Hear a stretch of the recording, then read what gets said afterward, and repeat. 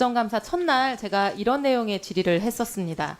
양평고속도로 종점이 2번 변경됐는데 두 번째 변경할 때 원래 IC에 붙이기로 했던 종점을 대통령 처가 땅 쪽으로 옮겼다. 그래서 대통령 처가는 고속도로 건설로 인해 토지 보상을 받을 수 있게 되고 그 땅에서 흑염소와 칠면조까지 키우고 있었던 걸 보면 미리 정보를 알고 보상금을 더 받기 위해 최대한의 노력을 한 것으로 보인다. 이랬고요. 장관님께서는 보상금 그 큰 돈도 아닐 텐데 설마 그 보상금 받으려고 종점에 손댔을지 의문이다. 이렇게 답을 하셨고 슬라이드.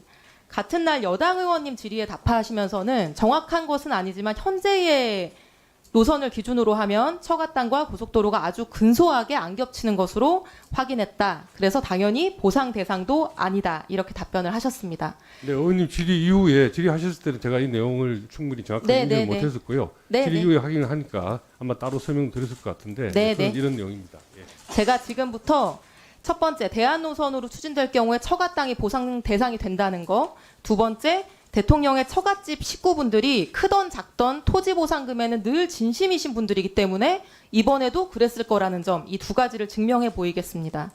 자, 첫 번째 보상 대상이 맞는가? 국토부가 의원실로 세부 노선 자료를 제출하셨고요. 슬라이드. 근데 감사하게도 이 제출받은 노선도를 보니까 확실하게 보상 대상이 된다는 확신을 제가 가질 수 있게 됐습니다. 화면의 보라색 부분이 처가 땅이고요. 산비탈이라 매매 자체가 어려운 땅입니다. 빨간색 두 줄로 표시된 선이 대안 노선인데요. 국토부가 이제 저 그림을 가져와서 처가 땅과 미세하게 비껴간다 이렇게 설명을 했습니다. 다음 슬라이드. 더 정확하게 볼 수 있도록 제출받은 노선도를 그대로 위성지도에 옮겼습니다. 좌표를 정확하게 유지하면서 대입했고요. 자, 빨간색 대안 노선이 하얀색 선과 교차하는 것이 보이실까요? 하얀색과 빨간색이 교차하는 부분 보이시죠? 네. 이 하얀색 선은 대통령 처가 땅을 위해 만들어져 있었던 기존의 진출입 도로입니다. 이 도로가 없으면 이 땅은 완전히 맹지가 되고요. 다음 슬라이드. 실제 사진으로 보여드리면은 저 빨간색 부분이 종점으로 연결되는 거고요. 당연히 바로 밑에 있는 작은 도로는 폐쇄되겠죠. 제가 국토부 실무진과 도로공사 실무진에 확인했을 때도 대안노선 신설되면 이 진출입로는 폐쇄될 것이다. 이런 답변을 받았습니다. 장관님, 이렇게 되면 다음에는 어떤 일이 발생하나요? 뭐 맹지라서 보상을 받는다 이런 말씀을 하실 의도이신 것 같은데요. 제가 알려드릴게요. 예, 슬라이드. 그리고, 예. 네, 일단 한번 보셔요. 토지보상법 74조. 일부가 수용됨으로 인해 종래의 목적으로 사용하는 것이 곤란해진 토지는 소유자가 매수 청구할 수 있다.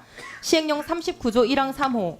공익사업 시행으로 교통이 두절되어 사용이나 경작이 불가능해지면 매수 청구할 수 있다. 이렇게 되어 있고요. 이 도로 없어지면 맹지가 되는 처가 땅은 당연히 토지 수용을 청구할 수 있게 됩니다.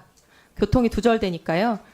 당연히 보상 대상이죠. 정의원 이소영 의원님, 아까 질의 중에 그 제가 참 장관으로 답변 말씀드리기 어려운데 진심이고 이런 말씀하신 건 상당히 장관님, 좀 근데 거북한 끝나고 질의시고 그리고 충분히 토지 답변하실 수 보상을 있는 하면 이렇게 되면 만약에 그 땅이 장관님, 맹지가 된다면 대체 도로를 만드는 건 하는 또 포함이 장관님은 됩니다. 답변 시간이 많으시잖아요. 네네. 중간에 방해하지 말아주세요. 알겠습니다. 예. 자, 슬라이드. 도로공사에 확인해 보니까 고속도로 건설로 인해서 기존 도로가 폐쇄되고 잔여지 보상을 받은 사례가 6년 동안만 190건이고요.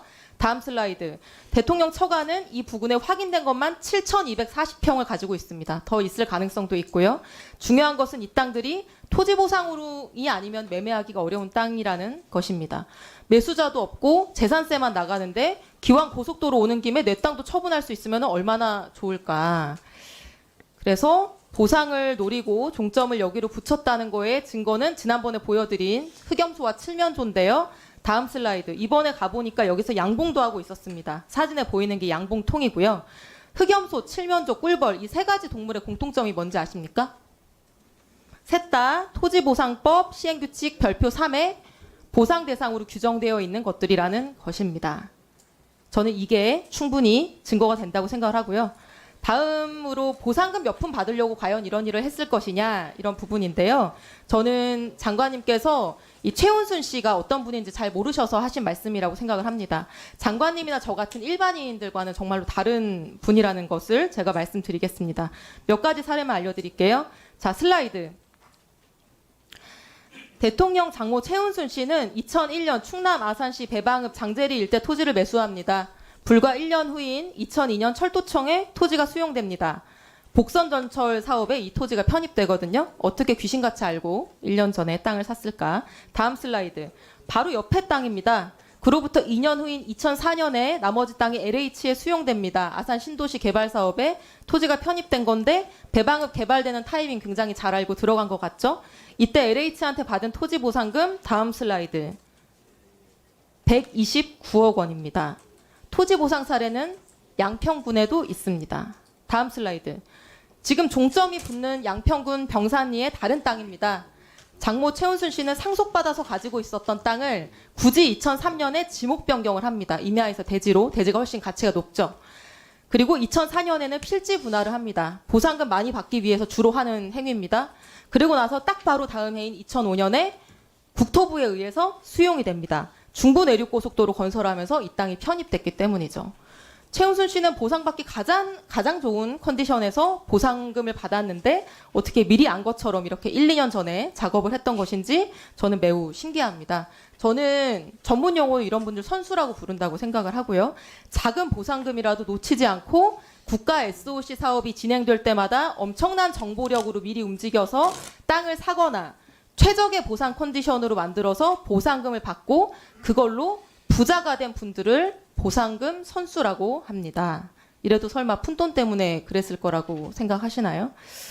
예, 장관님 아직 30초 남았는데 장모 최은순 씨는 과거에 국세청이 발표한 부동산 투기자 명단에도 이름을 올린 적이 있는 분이고 제가 앞서서 말씀드린 내용은 LH 도로공사 철도공단에 확인하시면 바로 알 수 있는 팩트입니다. 이런 분들이 지금 대한민국 최고 권력자의 가족이 되셨고요. 아시다시피 지방군청 공무원 인맥까지 동원해서 최대한의 이익을 취하던 분들인데 어마무시한 대통령 사위 권력을 이용 안 했을 것 같습니까? 정말 냉정하게 생각해 보시고. 네, 종려는 이소영 의원님 지적 사항에 대해서 제가 말씀을 드리겠습니다. 아까 제가 거론하신 분은 좀 개인적으로 모르시는 분이지만 적어도 제가 30년, 40년 근무한 이 국토교통부 공무원들이 이런 외압의 노선을 바꾸고 해주지 않았을 거라고 저는 확신을 믿고 있고요.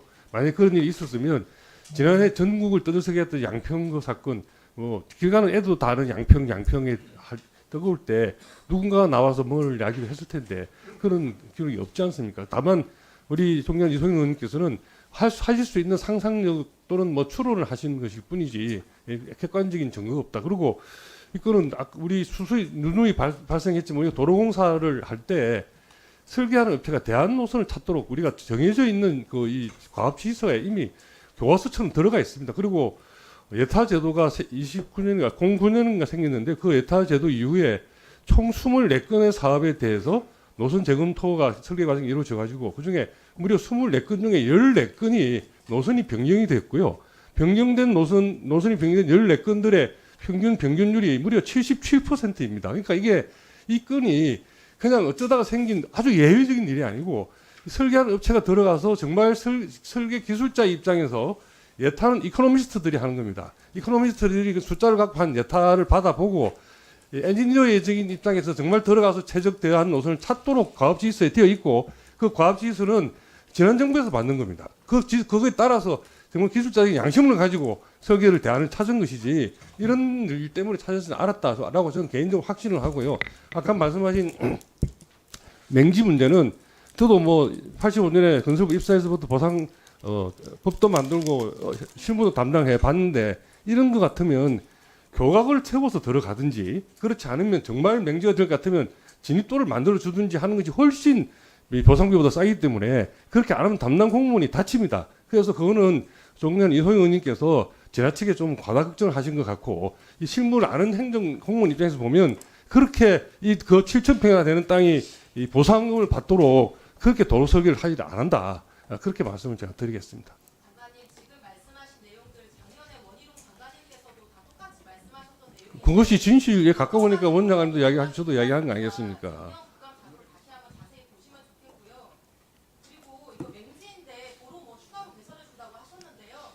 제가 할 걸 대신해 좀. 저도 지금 해고 싶어요. 여기 무슨 도로를 만듭니까? 교각으로 연결하면 그 밑에 있는 땅에 어떻게 그 도로를 만들 수가 있겠어요? 구조적으로 안 되는 것인데 객관적인 증거가 없다고 계속 말씀하시는데 명태규 씨처럼 무슨 텔레그램 캡처라도 있으면 참 좋겠는데요. 녹취록이랑 텔레그램 캡처 없다고 해서 없는 사실은 아니. 녹취록 텔레그램 캡처 외에 모든 증거가 지금 나고 모든 정황이 떼어 맞춰지는데 자, 의원님 말씀대로 정황을 의원님. 끼워 맞추신 거 아닙니까? 알겠습니다. 이래가지고. 의원님, 예, 이제 저 종료해 주시고요. 예, 수고하셨고 저 장관님 그 네. 자꾸 뭐 지난 정부에서 과업지에서 내려갔다고 그러는데 그거 한번 잘 일정을 한번 보세요.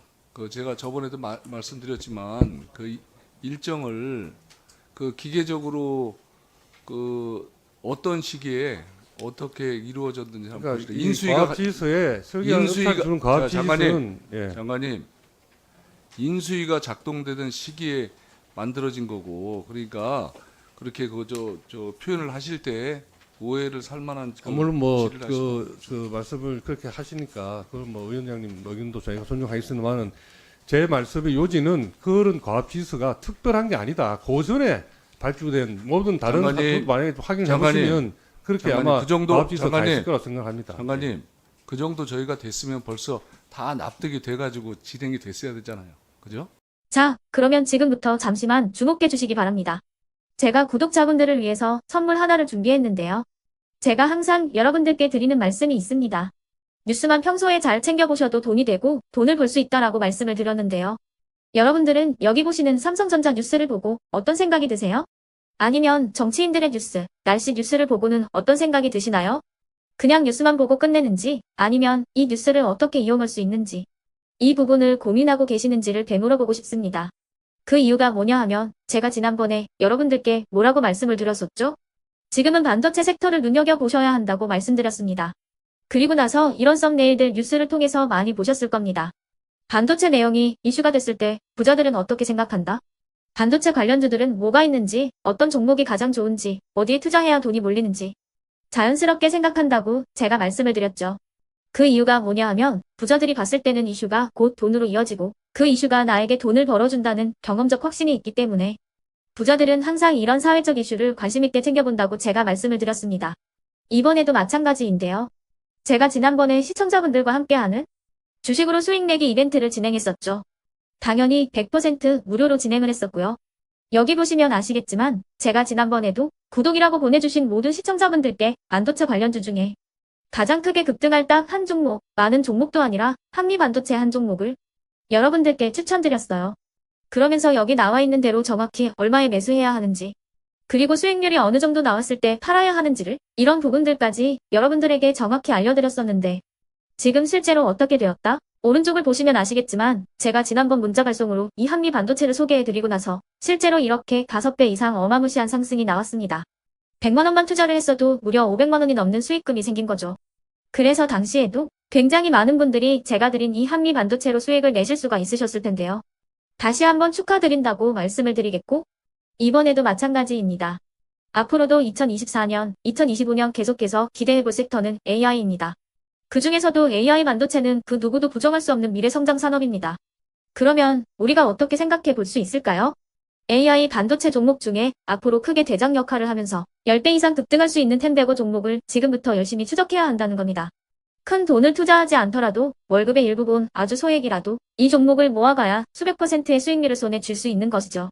지금 여러분이 보고 계시는 이 유튜브 또한 AI 반도체와 아주 밀접한 연관이 있고 반도체야말로 대한민국의 핵심 산업으로 앞으로 더더욱 시장은 성장할 수밖에 없습니다. 그렇기 때문에 제가 이번에도 뭘 보내드리고 있냐면 지난번과 똑같이 구독이라는 문자를 보내주시면 제가 AI 반도체 관련주 중에 앞으로 대장주 역할을 하면서 주가가 가장 크게 급등할 한 종목을 여러분들께 문자 발송으로 종목명과 사고 파는 시점을 모두 알려드릴 건데요. 그 문자를 받고 여러분들이 주식으로 돈 버는 연습을 한번 해보셨으면 좋겠고요. 혹시라도 나는 주식을 하지 않는다 하시는 분들은 주변에 주식하시는 지인분들에게 말씀을 해주셔도 되고요. 아니면 연세가 있으셔서 투자가 어렵다 하시는 분들은 이 종목을 자녀분들에게 한번 사봐라. 이걸로 한번 수익을 내봐라. 이렇게 조언을 해주실 수도 있는 거겠죠.